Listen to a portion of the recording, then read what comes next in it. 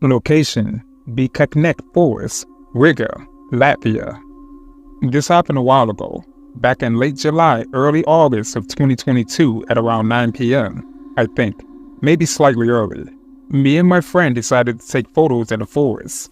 Looking back at it now, I know it was a dumb idea. Everything was fine. Of course slightly scary, cause well, we were two girls in the forest and it was twilight. At around 9:40, my friend's mom called telling her that we should just head back to her place, cause it was getting late. Understandable. We were going to her place. I asked her, can we take a shortcut out of the forest, and she said, alright, which was our biggest mistake. While going through the shortcut, I see a guy in front of us. He was holding an axe in one hand and was wearing a horse mask. He was standing around 6'4" tall. He was slowly coming towards us.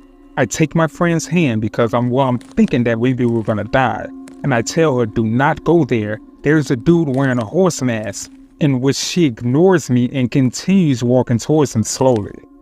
With no emotion, I take her hand and just force her to run to me to the longer exit of the forest. While running, I'm literally not hearing anything she's saying to me because I'm in a panic mode. While running, I see a random woman walking with two average-sized dogs, and yes, I felt bad because I didn't warn her about the horse dude. Okay, so we finally escaped the forest, and we're going to her place. While walking to her place, she asked me a bunch of questions like, what was that about and stuff like that. And she also mentioned hearing a guy that was running straight after us. So yeah, we got to her place and we talked about what happened. To be honest, I wish that was the end of it, but it wasn't. In October of 2022, I am casually browsing Latvian news and see some articles about a dead person in the same forest me and my friend were. Did we escape murder via axe by a dude wearing a horse mask?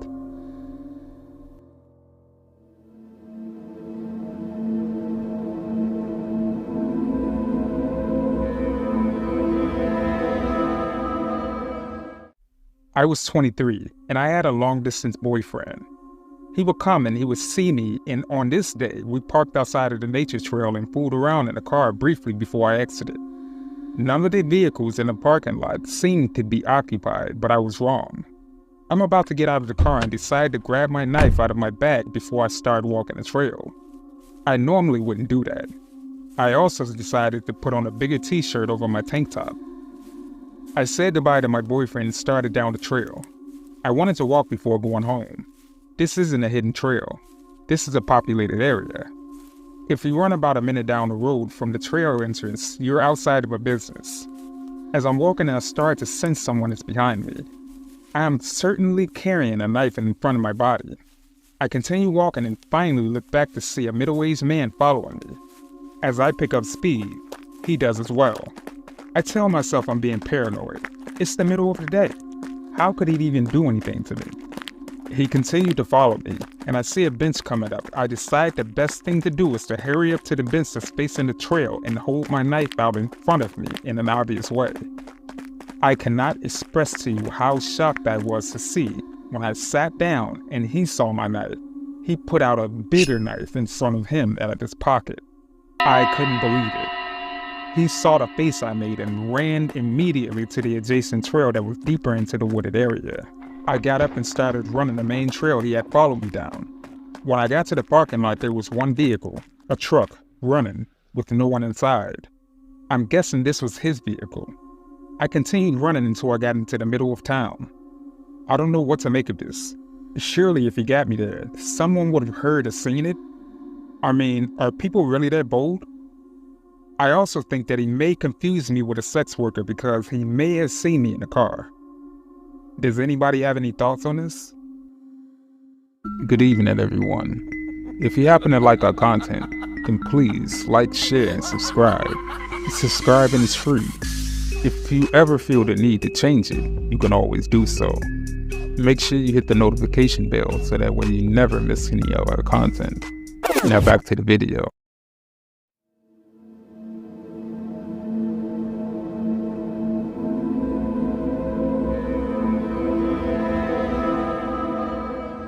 Back in 1991, I was 20 and newly single from my first love, unemployed and living with two friends at the time. I started hanging out with one of my friend's church friends. They were kind of like street church people. No denomination. Basic Christian beliefs, nothing crazy at all. Anyways, there were about 5 of them sharing a pretty big apartment, and we all hang out there, and many others would drop by as well. Then there was this one girl, Bernice, dropped by one day. A very beautiful girl, by the way, but she was around 7 or 8 years older than I was. And when you're 20, that seems like a pretty significant age difference in my opinion. But whatever, irrelevant I suppose. Although she was pretty, I just wasn't immediately into her is my point. Once she first saw me in the apartment though, she would not stop staring at me the entire time she was there. And she was very obvious about it, and everyone in the apartment could tell that she was acting really creepy towards me. Everyone was kind of looking at her and noticing that she was very fixated. And then I remembered them trying to talk to her to get her out of her trance, but she would barely acknowledge anyone else talking to her.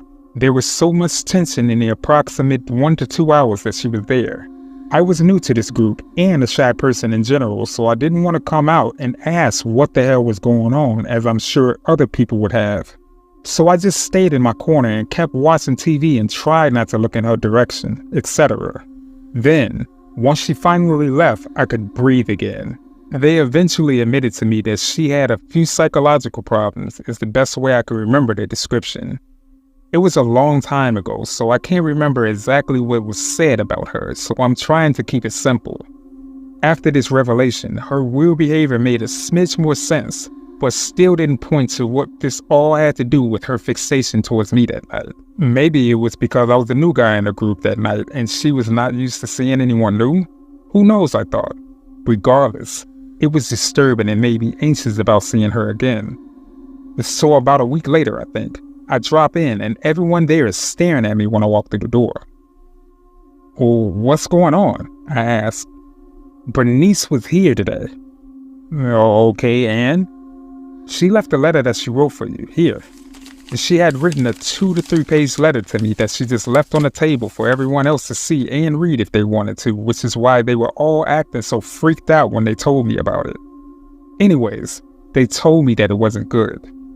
Basically, from what I can recall, she starts out rambling about when she saw me, she thought I was Jesus.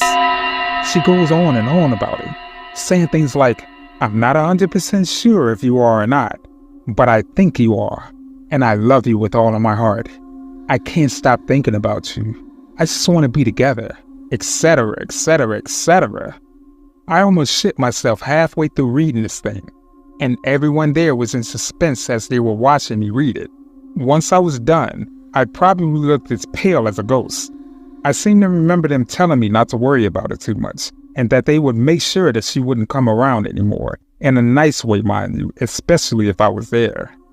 Then, being in a relatively small town, about a year or so more later on, I bumped into her in a club. Damn.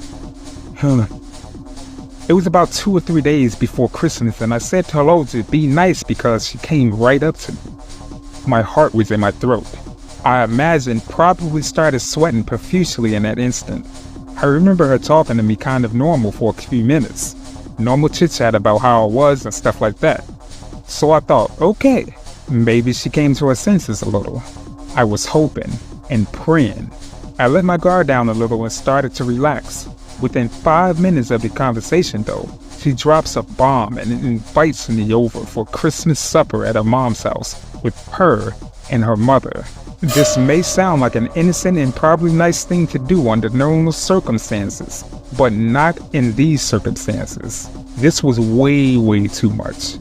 I can say that I was pretty damn quick to get the hell out of there. True story.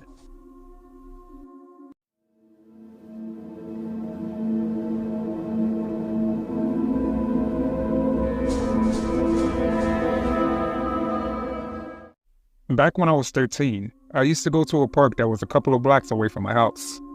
This was almost a daily occasion. When I would go to the park, I always watched over the children there. There was a church park around the corner from the first park. And there was also another park up the block and across the street from the school from the first park. This day, we had played at the first park for an hour, and when I asked the kids if they wanted to go up to the park around the corner, which is the church park, or the one up the block, which is a school park. They chose to go up to the school park across the street. So I gathered all of the kids and we went up to the school park. Once we got there, I sat on a swing with my friend who was 12 at the time. We talked while the kids played on the equipment. The kids played for another hour. My friends noticed a man behind the fence on the far side of the park across the field. She pointed out to me that the man was doing something weird. Turns out he was behind the fence watching the children while touching himself.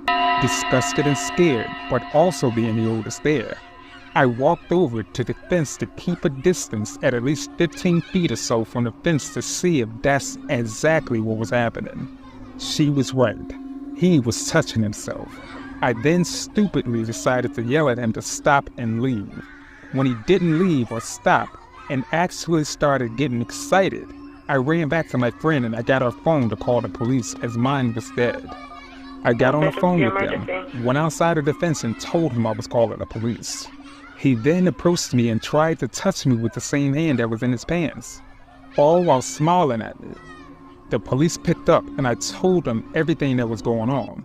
As I'm doing so, the children that I'm watching over decided that it was a brilliant idea to come out of the park.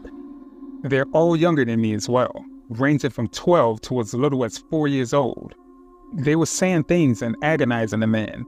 I got really upset and I was starting to yell at them to go back into the park, while trying to tell the police what was happening, where we were at, description, etc.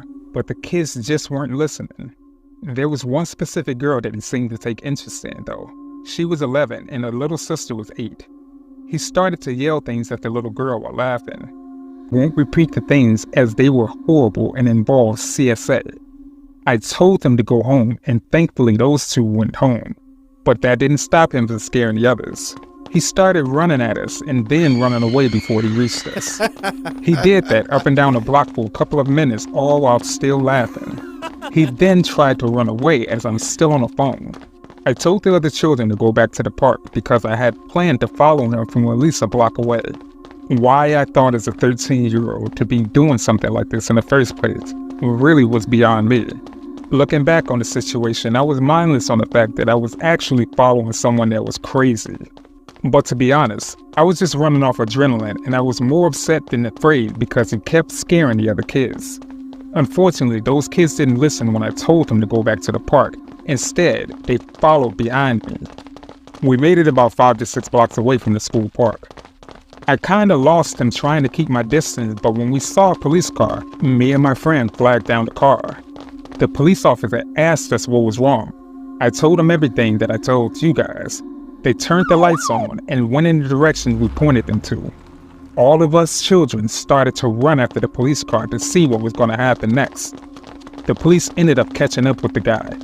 He eventually tried to break in someone's home. They caught him and arrested him. After they put him in the car, they came up to me and they asked me what my name was and what happened while writing it all down.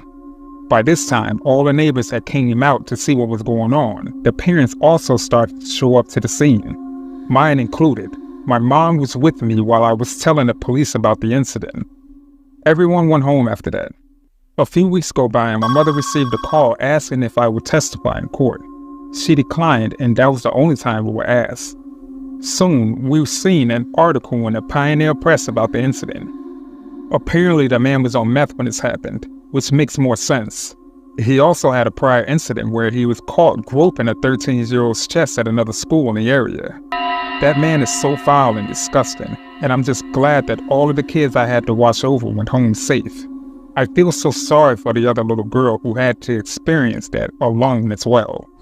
He ended up going to jail, unfortunately. It was only for 5 years, but at least he was off the streets for a little while. I don't know if he's gone back to jail since then or what, but the whole situation was just crazy. I tried for like 3 hours this morning to find the actual article, but I haven't been able to. I will keep looking, and if I find it, I'll make sure to attach it as an update to the story.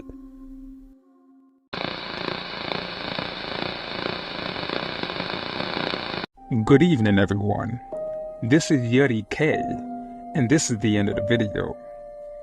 Please leave a comment and let us know your opinions on the matter. If you happen to like this content, please check out our other videos. Make sure you like and share amongst your friends and family to help our community grow. You happen to be new to this channel? Please make sure you subscribe. It's free and you can always change it in the future. You have some terrifying story suggestions? If so, make sure that you send it to my email, fearofthedarkstories@gmail.com, and I'll feature it in a future segment. But you guys stay safe out there, and remember to always be afraid of the dark.